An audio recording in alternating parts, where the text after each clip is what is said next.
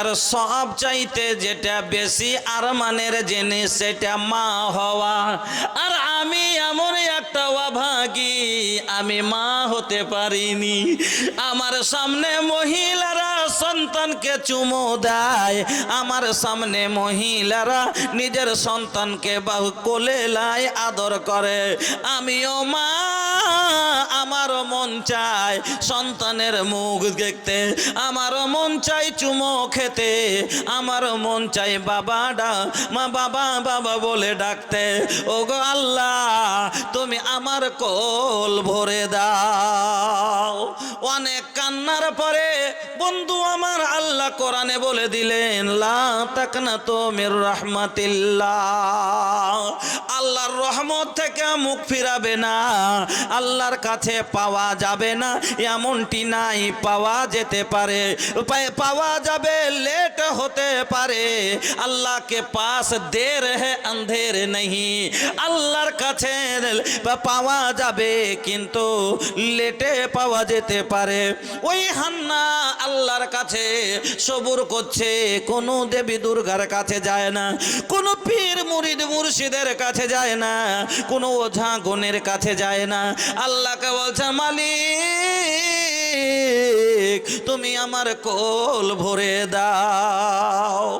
আজ 3 বছর যদি বাচ্চা না হয়, এখানে উফান টাপাটাপি শুরু করে দেয়, করে না ডাক্তারের কাছে যায়, ডাক্তারে যদি না হয় তখন ওঝার কাছে যায়, ওঝার কাছে না হলে তখন আরো কোনটি চলে যায়, কোনটে যায়, औलाद मांगती है पीरनिया पीर से, पीरों को मनाती है ये खुरमा वो खीर से। औलाद मांगती है पीरनिया पीर से, पीरों को मनाती है ये खुरमा वो खीर से। बिदात तो घर में रह गई, सुन्नत नहीं रही, भी फातिमा सी अब कोई औरत नहीं रही। আমার বন্ধুরা, অনেক কান্নার পরে আল্লাহর দয়া হয়ে গেল। মারিয়াম এবার হান্নার পেটে আল্লাহ বাচ্চা দিলেন। হান্না নজর মানছে, মানত করছে আল্লাহর কাছে, ইন্নি নাজারতু লিররহমানে মা ফি বাতনি। আল্লাহ, আমি তোমার কাছে নিয়ত করছি, আমার পেটে যে সন্তানটা আসছে এই সন্তানটাকে আমি কি করব? আমি কোনো ডাক্তার করব না, মাস্টার করব না, শিল্পী করব না, এমএলএ করব না, এমপি বানাবো না, কি বানাবো? বলছেন কি আল্লাহ, ইন্নি নাজারতু লিররহমানে মা ফি বাতনি। ওগো আল্লাহ, আমার পেটের সন্তানটা যে তুমি দিবা, এই সন্তানটাকে আমি তোমার ঘর, আল্লাহর ঘর, মসজিদের খাদেম বানাবো। খিদমতের লেগে দান করব, খালি মসজিদে ঝাড় দিবে, মসজিদে পরিষ্কার করবে। আজ এক একটা মসজিদে ঝুল দেখলে মাথা খারাপ, এক এক কোনাতে ঝোলা যে লটকে তো দেখে মাথা খারাপ, গ্রামের মানুষের চোখ পড়ে না। বন্ধু, মসজিদের সাফ সাফিয়ানার কত গুণ আপনি জানেন, শুনলে দেমাগ খারাপ হয়ে যাবে। আল্লাহ পাকের নবীর জামানায় একটি কালো মহিলা মসজিদের ঝাড় ঝাঁটা সাফিয়ানা ইমাতওয়ালা থাকতো। রোজ আসতো, মসজিদ পরিষ্কার করে, আসে পরিষ্কার করে। এবার মহিলা 1-2 দিন আর আসে না।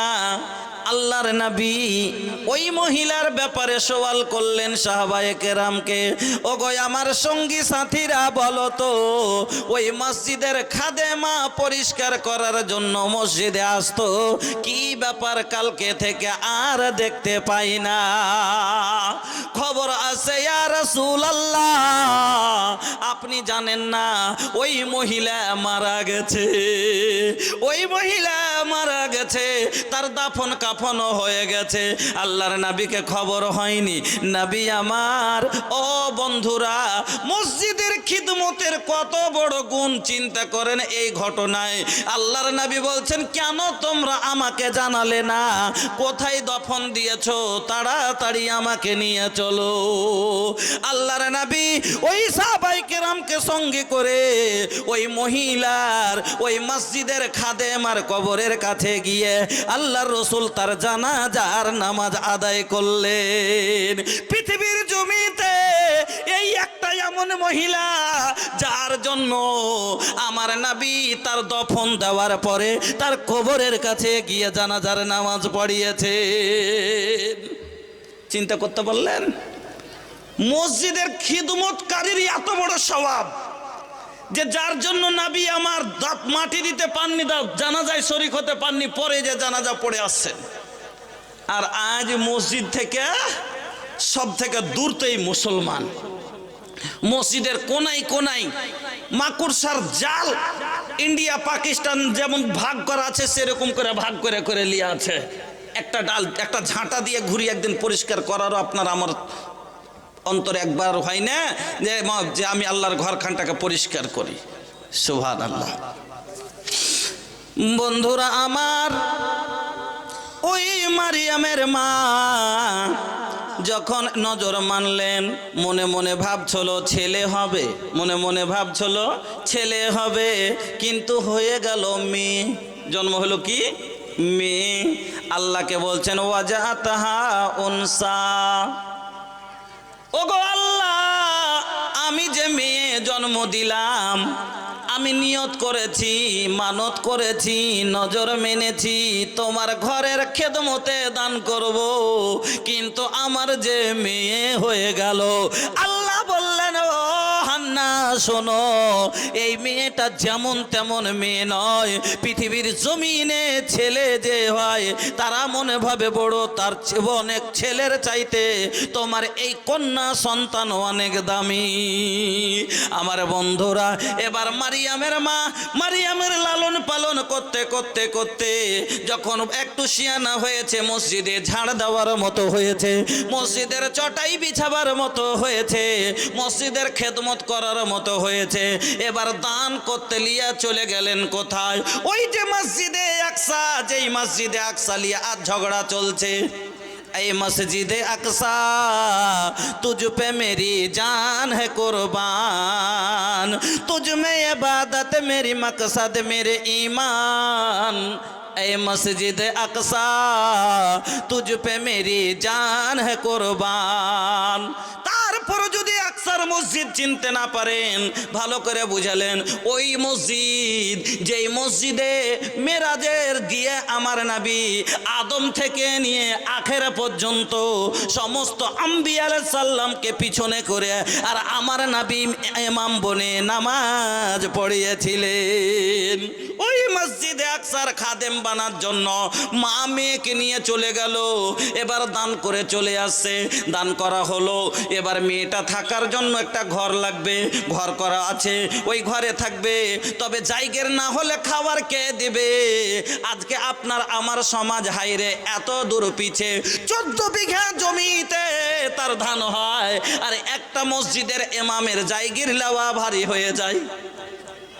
মারিয়ামের জায়গির লওয়ার জন্য লোক একবারে জমজমাট লেগে গেছে। ও বলছে আমি জায়গির রাখবো, ও বলছে আমাকে দাও, আমার বাড়ি খাবে, ও বলছে আমার বাড়ি খাবে। কাকে দিব? একে দিলে ওর মনে কষ্ট, ওকে দিলেও বলবে আমাকে দিল না। এইবার কি করা যাবে? বলছে সবাই কি করো, নিজের নাম লেখে লেখে জমা করো, আমরা কোরা আন্দাজি করব, যার নাম বের হবে তাকে দেওয়া হবে। শর্টে সেরে যাচ্ছি, লম্বা করছি না, খালি আপনাকে বুঝাইতে চাইছি। যার নাম বের হবে তাকে জায়গির দেওয়া হবে। এবার নাম কার বের হলো? জাকারিয়া আলাইহিস সালামের। আর জাকারিয়া আলাইহিস সালাম হলো মারিয়ামের খালু। তো ওইটা হলো কে? মারিয়ামের খালু। মানে কি? খালার বাড়ি, খালা খালুর বাড়িতে জায়গির হলো কেন? যে খালা আপনারা কি বলেন? মাসি নাকি? মাসি শব্দের মানে জানেন? মাসি শব্দের মানে কি? মাসির শব্দের মানে কি গো? কইছে মাসি মানে খালা, খালা মানে মাসি, এটা লয়। মাসি শব্দের মানে হলো মা জৈসি, মানে মার মতো। মার দ্বিতীয় রূপ হলো খালা। এই জন্য হাওয়াকে বলা হয় মাসি, মানে মার মতো, মার বোন, এই জন্য তাকে বলা হয় মাসি। আমার বোনেরা, আমার ভাইরা ভালো করে বুঝবেন। এবার খালা হকদার হলো বেশি, মার দ্বিতীয় রূপ। মার বাড়িতে মেয়ে থাকলে ভালো থাকবে কিনা, এই জন্য আল্লাহ নাম বের করে দিলেন কার? জাকারিয়া আলাইহিস সালামের।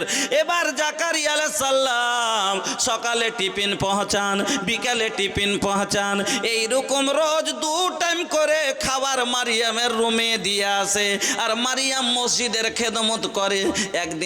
একদিন যখন জাকারিয়া আলাইহিস সালাম মারিয়ামের রুমে ঢুকছে, মারিয়ামের রুমে যদি ঢুকছে দরজা খুলে, তো দেখছে কি মারিয়ামের সিথানে ঝুড়াতে করে এমন এমন ফল রাখা আছে, যে ফলটা ওই সময় তো কোথাও বাগানও ধরে নাই, কোনো বাজারও বিক্রি হয় না, মানে বেমৌসম ফল।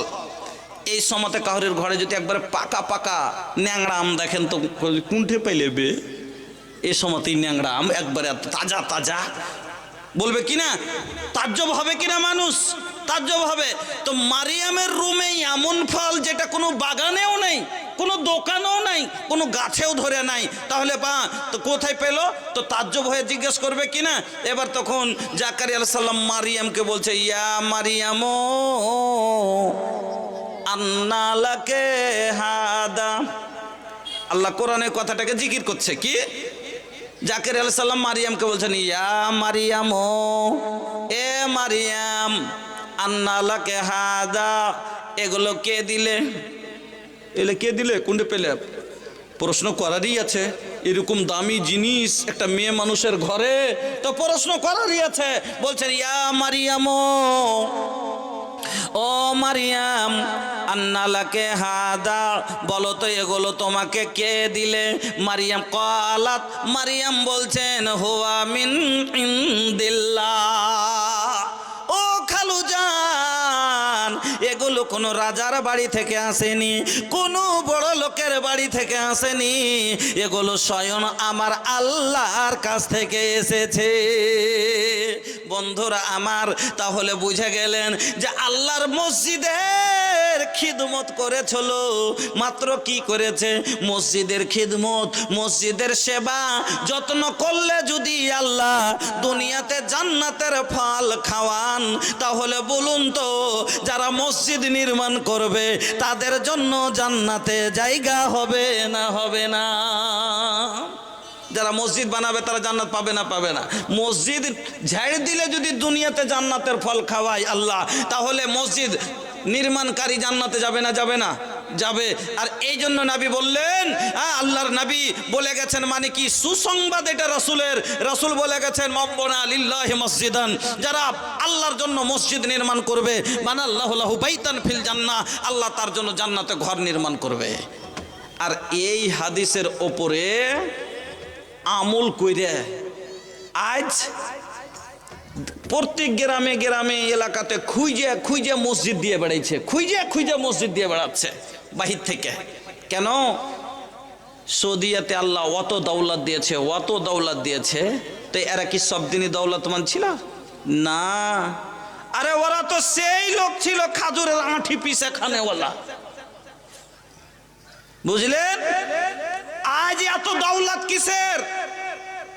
আল্লাহর ওয়াদা আছে, আনফিক ইয়া ইবনা আদম উনফিক আলাইক, এ আদম সন্তান, তুই আমার রাস্তায় খরচ কর, আমার দিনের জন্য খরচ কর, আমার ঘরে খরচ কর, সহি নিয়তে নেক রাস্তায় খরচ কর, আমি আল্লাহ তোর জীবনের খরচ কবুল করব। তারা সেদিন যখনই নবী বলেছেন খরচের কথা দিনের লেগে, যখনই নবী বলেছেন মসজিদের জন্য, যখনই নবী বলেছেন আসহাবে সুফার জন্য, যখনই নবী বলেছেন কোরআনের মাদ্রাসা